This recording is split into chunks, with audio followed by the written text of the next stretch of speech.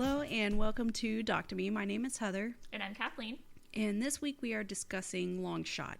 It was directed by Jacob Mendola and just goes to show that television really can save lives.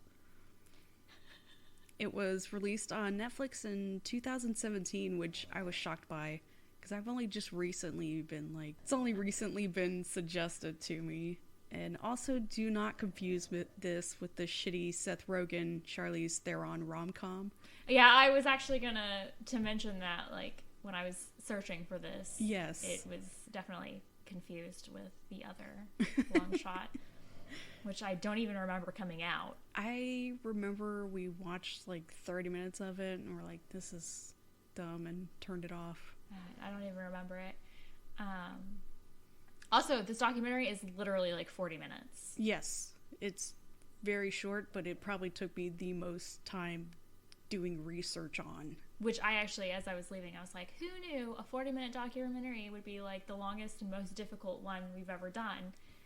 And there's also a lot of notes because we're following two different timelines throughout this, so I'm hoping this makes sense. Right, and that's the thing is this is a lot more than his case. This is It has so many people involved, and it's two cases in one kind of situation. Yeah. It's very complex, and I had already looked into it before I even suggested it, and yet there was still so much more to learn. Yeah, I could tell you the basic story of it, but not what happened to this person, really, because that's not explored in this that much. No, and that's the thing is because I listened to the Case File episode, which I can't recommend more highly. It is seriously the best podcast ever. But they did episode 134, and I had listened to that, and I was like, oh my god, this is absolutely insane. And so I went to go Google her to find out more information about her case, and there's nothing. All that pops up is him. Yeah. It's literally just all about him, and I'm like, holy shit, there was a whole other crime committed before this whole disaster. Yeah. So, yeah, it's a lot.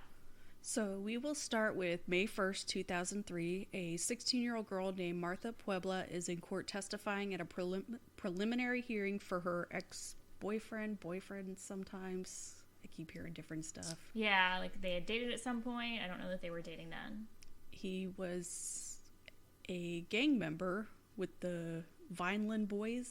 And I would also like to say, with the Z. I did not realize it was Vineland until I had Googled them, because when I listened to Case File, he's Australian. Mm-hmm. And while he has a very soothing voice, I thought he was saying the Violence Boys. Yes. Which would have made a lot of sense too. His name was Jose Ledesma, about the 2002 shooting death of gang member Christian Vargas that had occurred outside her home. She testifies that she didn't witness anything, and on May 12th, 2003, she is shot dead in front of her home. Which is not a coincidence. No. So now we move to August 12th, 2003. Juan Catalan is heading into work with his girlfriend and daughter. I don't know if it was both daughters or just one daughter. They really only focused on the one. Yeah, they really only showed the one. So I, for a while, forgot that he even had two daughters. Two, yeah. Because one's 6 and the other's 4. Yeah. They're in the car with him. They pull up to the shop he works at. It's a family shop. And as he's getting out of the car, cops swarm him with guns drawn. And during this, he talks about how his dad poked his head out of the shop to kind of see what was going on. And Juan at this point is already breaking down. Yeah, he's breaking down, talking about his dad, standing there seeing him being swarmed by police. Yeah, it's sad. That has to be so scary. Yeah. Just no idea what's happening. You just pull up to go to work with your family in the car. And guns suddenly pointed at you. Yeah, it was definitely... He says he wasn't the greatest guy growing up. His older brother was into some gang shit, which, as a young kid looking up to his older brother... It makes sense that he would get involved. He got involved to it. It seemed like he just was stealing cars and car parts. It's not great, but definitely not the worst trouble. He had gone to prison at some point, and that basically scared him straight once he got out. Yeah, he was just like, fuck that, I'm not doing that ever again. So he's in an interrogation room, and he is charged with the May 12th, 2003 murder of 16-year-old Martha Puebla. And she's beautiful. Like, they do not talk about her this much. No, they don't talk about her really at all. Like, Yeah. it's really, the whole documentary is focused on him, which I get it because it's about his situation, but, you know, they don't really talk about what happened leading up to this whole disaster, and it is fucked up. Like, it's really fucked up. So the case she had previously testified in also involved Juan's older brother, Mario, which is weird because she gets up in court and says she didn't even see anything. So why would they even have her testify? Because they were really trying to push it.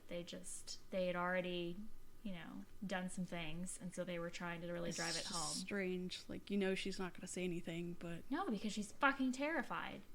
And I think that's, like, I mean, when you hear that, like, you know, she's dating a gang member, and the friend who is shot is a gang member, like, it's pretty clear, like, they don't live in a great area. No. And so, unlike me, who's just going to be like, oh, yeah, I know, I saw this and this, like, I don't live in an area where I have gun violence all the time, and so, like, I'm just like, oh, why wouldn't you cooperate with the police? But he's obviously, like, gang signs. Is that how you shoot guns? Bang, bang, bang, bang. The interrogation makes me really angry. He's telling the cops he had nothing to do with this and he would never murder someone, and the cops' response is, well, convince us. Like, if somebody is already set on something, it doesn't matter what you say. Yeah, this isn't You're not going to change your mind. This isn't a political debate. Like, convince us. And it's only harder to stand up for yourself when you're talking to somebody in charge. Like, like, these are the police, and this is, like, a young Hispanic man. Yeah. Like, let's get real. So, lucky for Juan, at least, he has a cousin who is a filing clerk for a lawyer, which I would love to be in, like, close friendship proximity. To a lawyer? Yeah. Even a doctor would be great. God, I wish I knew a doctor. I just got a UTI. Can you just give me some antibiotics so I don't have to pay for a doctor's appointment? And my friends need to step it up a little bit. Like, I know. People got to go to chiropractor. Like, I need people that are like in the know. Like, we need connections here. Todd Melnick is a criminal defense lawyer, which that's perfect. He looks like he'll be a politician at some point. I love him. He has 10 years of experience at this point, so at least it's not some new guy. He's like, yeah, I just got out of law school. I'll take your case for free. Yeah, totally. Normally, I hate suspect sketches, but this one was pretty close. It was spot on. But, like they said, I mean, the gang was comprised of mostly Hispanic men with mustaches and short brown hair. Like, even Juan thinks it looks like him, so he does. Fits the description somewhat. It was like they looked at his picture and, like, drew the sketch off of it. Yeah, like Stephen Avery shit, yeah. The suspect had a little bit of a beard, so the cop questioned Juan on if he had a beard that day, and they have this little tiff where Juan's like, if I had a beard that day and shaved it to disguise myself, why wouldn't I also shave my mustache off? And then he said something really about, I don't know, to He's look like, cool. Because you're a cool guy. Like, what does that mean? Which just reminded me of the fact that, like, now everyone's growing those stupid little mustaches, and I fucking hate it because it reminds me of my dad in, like, the early 90s. So they do a photo lineup or a six-pack, as they keep mentioning. Yeah. Every single article. Which I learned, and Case File mentioned too, and it was just, like, so hilariously adorable when he's like, it's a photo line. A six-pack, which is a photo lineup comprising just say photo lineup. Yeah. It's 6 people, and you have to identify the one. And whoever the witness is picked him out. Some of the other dudes look nothing like him, so that's shitty. It was a crappy photo, six-pack. Also, this murder happened May 12th, but the lineup was done on June 30th, which that seems like a long time to remember what some stranger looked like. Yeah, that you barely saw at night. And then he's not even arrested until August 12th. This seems like a pretty big gap in time. It's a lot of time to let a criminal stand on the street. Seem so sure about. Yeah. Like, you murdered a girl, but we gave you a few weeks to... Yeah, I was like, I understand this stuff takes a long time, but that seems like a big gap between at least the lineup and the arrest. Law and Order made it seem so fast to get a warrant. Anyway, his lawyer Todd believes in his innocence, which, thank God, we've heard stories of people like being innocent, but their lawyers don't believe them.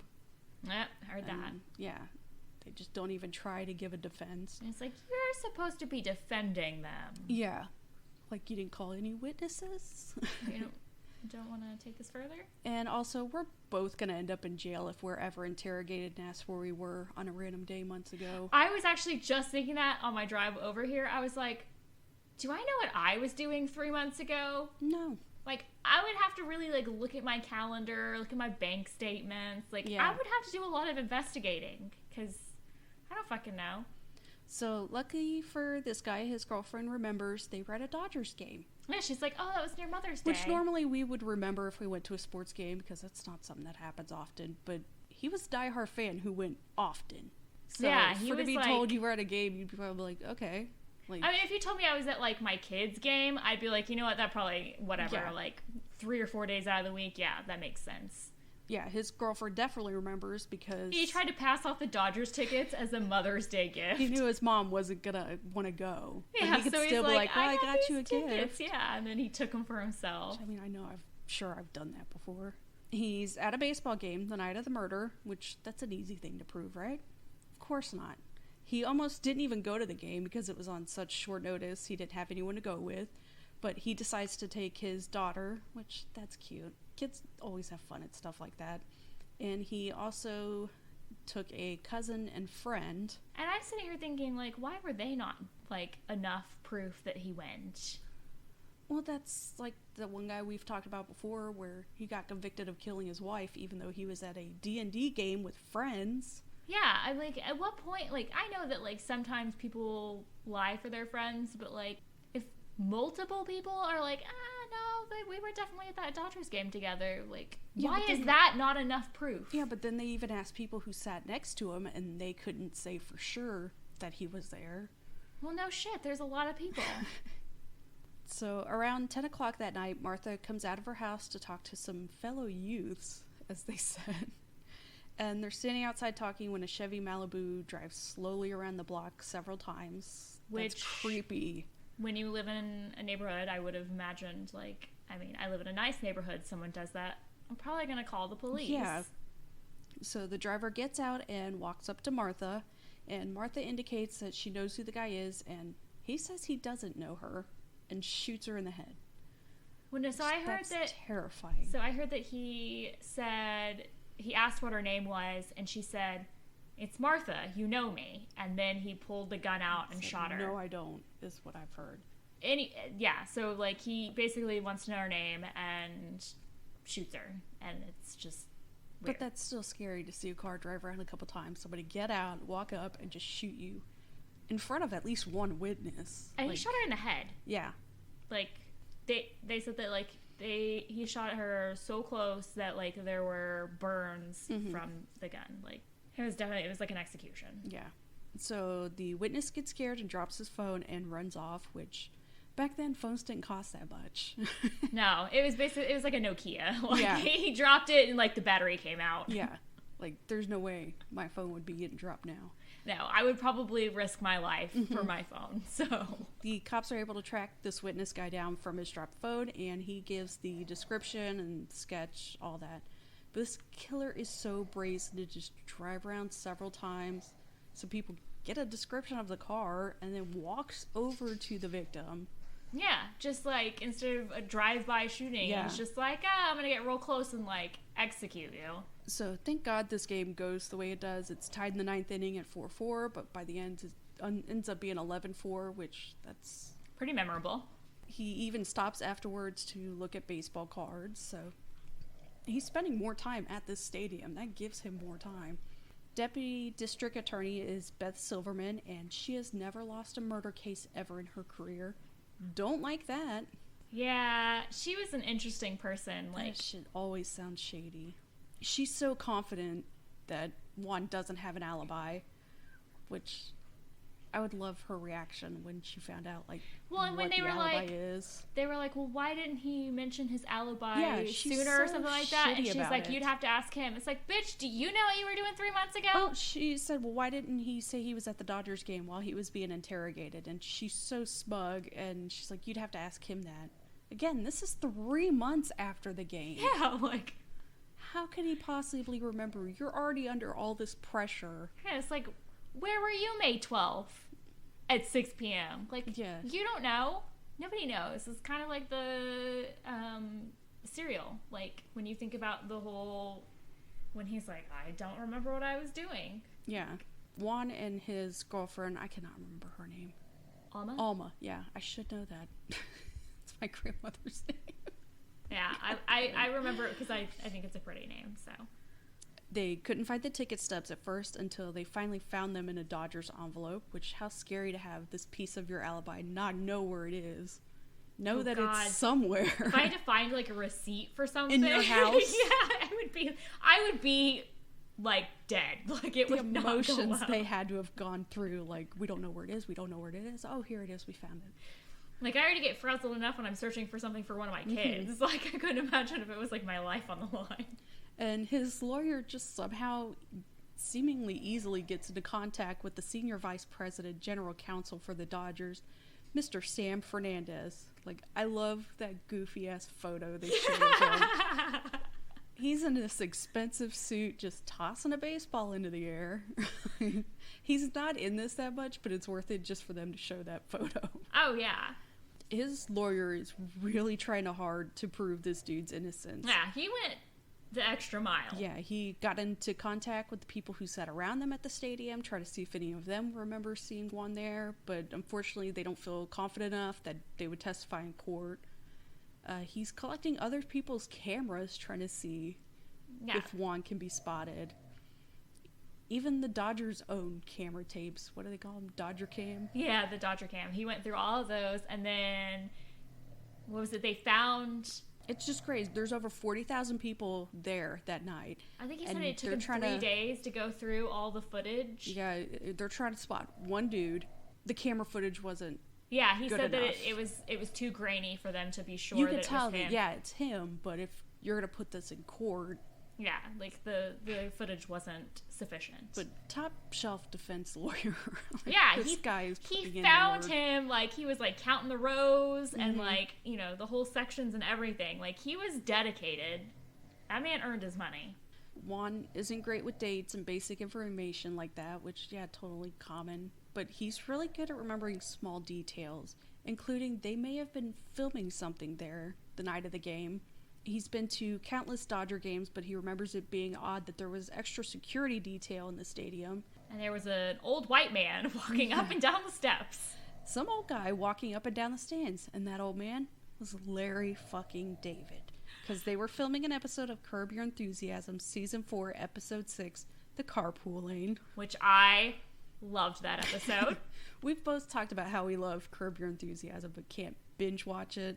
No, because it's too awkward. Yeah, I get secondhand anxiety from it. My husband's on another binge of it, but I can't sit in the room with him if he's watching it. No, 2 episodes max. And then I get super sweaty. It's just getting himself in these stupid predicaments where all he has to do is just shut his mouth. And he has to have that last word. It's like, no, stop.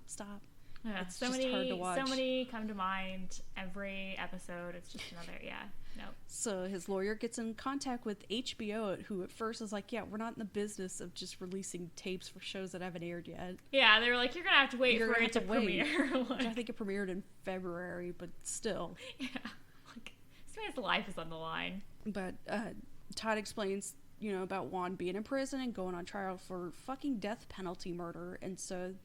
They talk with Larry David, and he's like, yeah, we'll just go through the tapes. And so they agree to let them go over the tapes, and they're going through the tapes, and it's just pure luck that they find Juan and his daughter on film.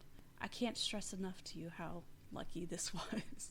Yeah, it was insane. It's literally like he's walking up the stairs to end the scene, and he happens to walk right past him. Mm-hmm. It is fucking just like, who would have ever thought? Yeah. Juan's daughter wanted something to eat or drink. He doesn't remember. So he walked her to the concession stand, and on their way back to the seats, they just happened to be sitting in the area where they're filming. And they kind of held them off. There's only 2 cameras filming this. They got so lucky. Yeah, it was on insane. one of them. Like, and they weren't even supposed to be on camera because the PA was like holding them off, and he finally was just like, "Oh, go ahead." Like, yeah, because they're paying customers. I can't keep them from their seats. Yeah, and so he just lets them go, and he happens to be getting back to his seat right as Larry David walks by. Right into view of the camera. It gave me goosebumps. He even kind of like turned to look towards the camera, so you definitely see his face. Yeah, it's like clear as day. You see his face, you see his daughter, everything. Yeah. And he was like 4 seats away from Larry David. I was so jealous. Yeah, he had some good seats. Yeah, so they're literally at the end of the filming for the very last scene, and he happens to walk in at that last second. And I love the interviews at this point. The lawyer, Larry David, and the PA are just so giddy. All these years later, talking about the moment where they saw him on the tape. PA looked like he was like close to tears. It was insane. Like, he happened to let this guy go past, and it saved his fucking life. So they know he was at the game. You can't dispute that. No, there's footage. He was there. This is home box office footage. The problem is figuring out if he was there long enough to rule out the murder. The last scene they filmed was around 9:15, but the murder happens at 10:32. They also mentioned the 911 call came in at 10:43. Well, that guy had a long way to run. Huge gap in time. He dropped his phone, man. So now we're on to cell phone towers, which just when you think this guy is fucked, he keeps getting good luck, like every turn. And having to be, oh yeah, remember the whole OJ thing? This at least happened during like cell phone usage time too. His girlfriend had been calling him, trying to figure out when the game would be over because her kid's out late. Of course, you're going to be like, hey, where are you? Where are you when you coming home? Oh, Past bedtime. I'm totally that mom, yeah. Yeah. So I'm glad I wasn't the only pain in the ass when it comes to bedtimes. His cell phone pings off a tower next to Dodger Stadium at 10:11 that night. Which they only knew because of the whole, like, OJ, like, Bronco chase. Yeah. And the radius around the tower is a mile.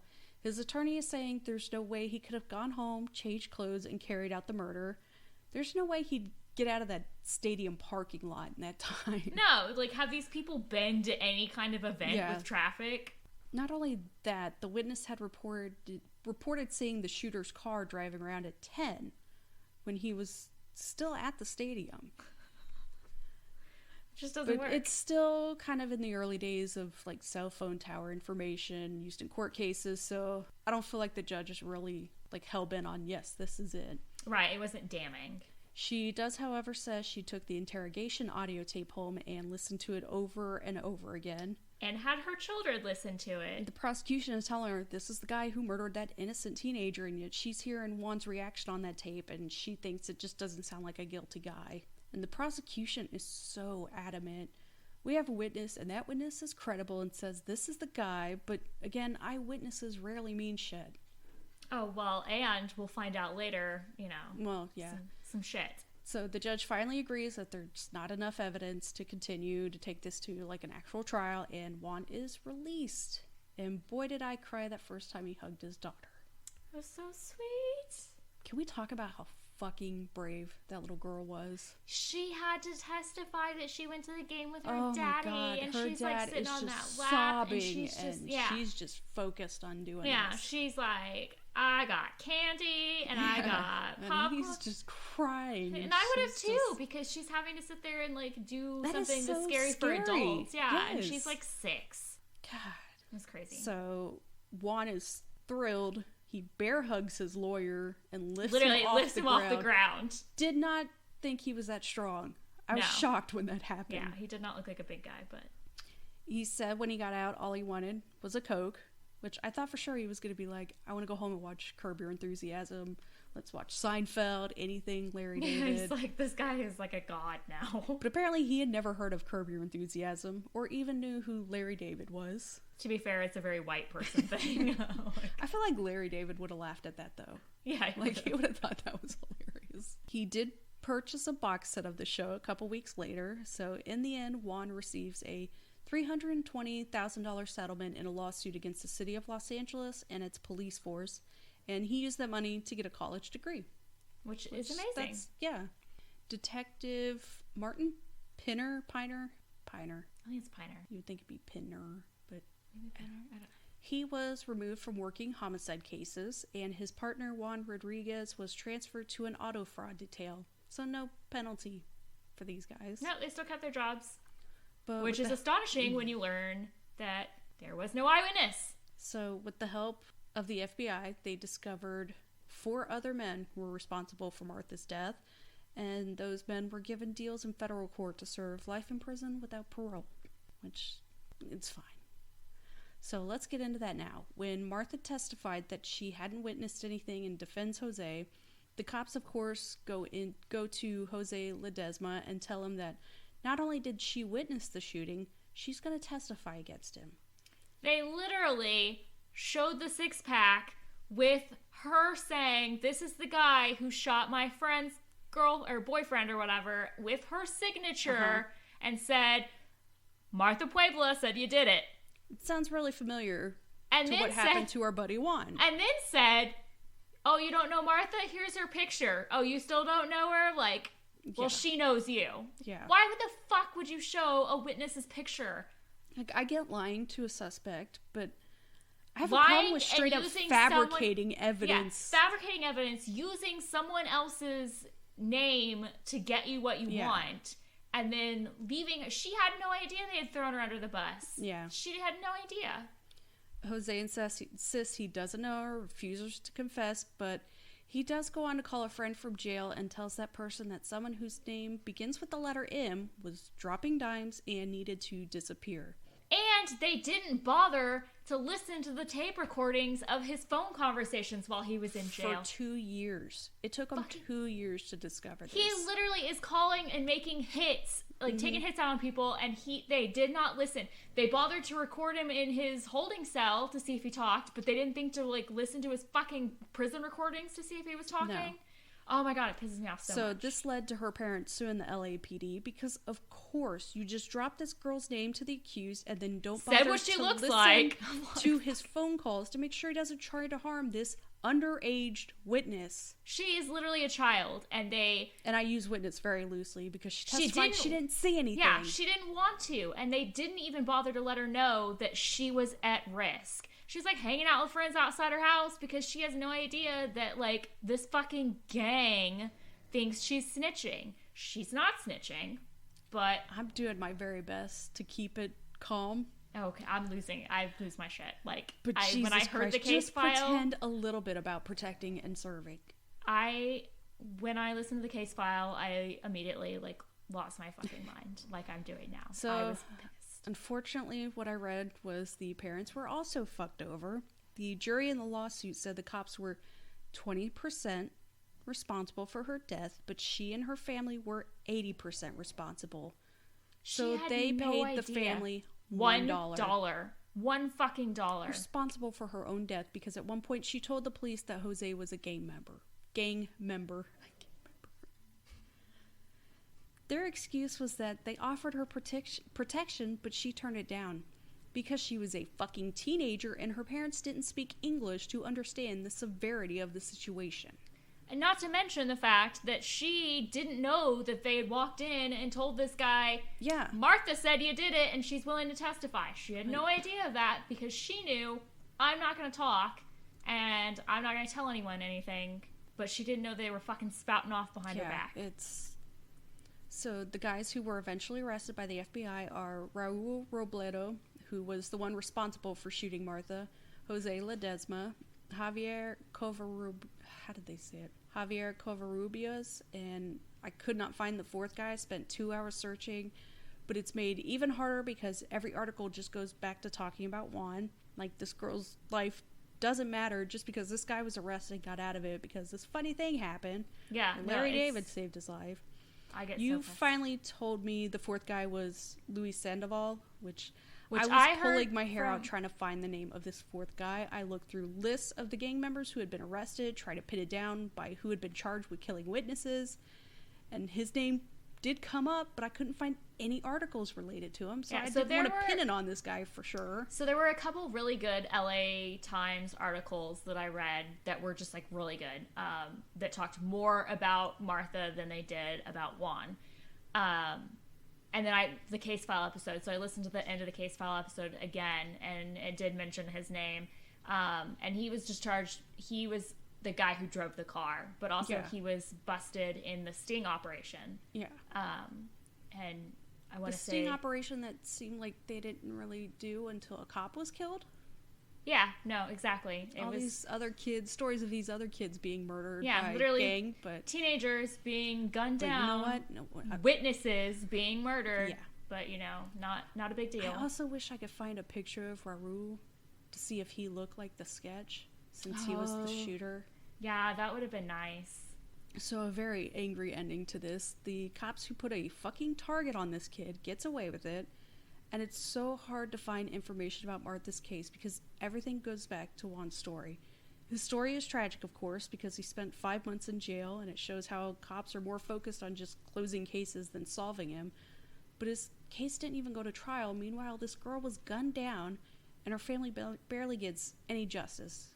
And $1. That is an insult. Yeah. It is more, like, giving them nothing would have been better than saying, like, her life was worth $1. Yeah. It absolutely makes me sick. And then to find out that, like, when it came to Juan, they fabricated that evidence too. Yeah. Like, nobody had picked him out of the six-pack. They just faked that. And, like, I get lying to people to try and, like, convince them as a cop maybe, but, like, you can, like, go so far with that. Like, you can't just being, like, you know, your partner turned on you. Like, that's one thing, because, like, if they didn't do it, they can be like, that doesn't fucking make any sense. But like, fucking, oh my god, it kills me. I can't. This was a great advertisement for defense lawyer Todd Melnick, though. I would definitely. He has his own law office by now. I would fly that man in. Yeah. I would be like, I know you don't live in Texas, but I'm gonna need you to come defend me. Like, he worked harder than these cops did. The cops didn't do fucking anything. Yeah. I hope wherever they are today that every waking moment that they have, they think about the fact that they got a 16-year-old girl killed. They don't care. They basically murdered them. Her, like... They do not care. They're getting their money. That's government money. Are the biggest pieces of shit. Yeah. This is, like, basically why some people don't trust cops. So, I enjoyed this documentary, but yeah, I wish they would have gone over the results of Martha's case and how she was also fucked over by these same cops. Yeah, they should have lost their jobs. Yeah, I understand it was about Juan, but... It would have been nice if they had expanded especially more. If they show, like, hey, she also got really fucked over by these same cops that were doing this to him. Yeah, it could have been a whole documentary about dirty cops. Yeah. Also, listen to Case File, episode 134. It's really good. I love listening to that, but I can't because his voice is too soothing. It is really soothing. It makes me very sleepy. I listen to it at work, and it's definitely, like, he has one of the best voices I've ever heard in my life. And there are so many great episodes. Like, I don't know if you've listened to the one about the, is it the murder in, like, Afghanistan? The Golden State Killer one was great. That was, like, 5 episodes or something. Oh, yeah. No, I loved that one, those episodes. But there's one where he interviews, like, he does a whole episode about the murder of the family, and I believe Afghanistan, where the guy whistleblows on his, the members that were, like, in the army with him, who had, or I guess, no, it was Marines, maybe, who had committed the murder or whatever. And then he does a later episode where he interviews the guy who, like, blew the whistle on it and, like, got so much heat for, like, you know, not being, I guess, a patriot. I don't know. Like, but I mean, they raped and murdered a teenage girl, so fuck them. But anyway, it was amazing. So anyway, yeah, Case File, love it. Listen to it. It's great. So I think that's all I want to yell about. I could yell for like 6 more hours, but I will stop. But just understand that I still think about it all the time ever since I've heard of this. It's just very frustrating. Yeah. Just fuck the heartless people. I'm going to stop. getting my tummy all twisted. All right, we will be back next week. Bye. Bye. Thank you for listening to Doctomy. The opening music is by Twisterium. For comments or suggestions, we can be reached by email at doctomypod@gmail.com. Find us on Twitter at doctomypod and find our Facebook group, Doctomy Podcasts. Thank you.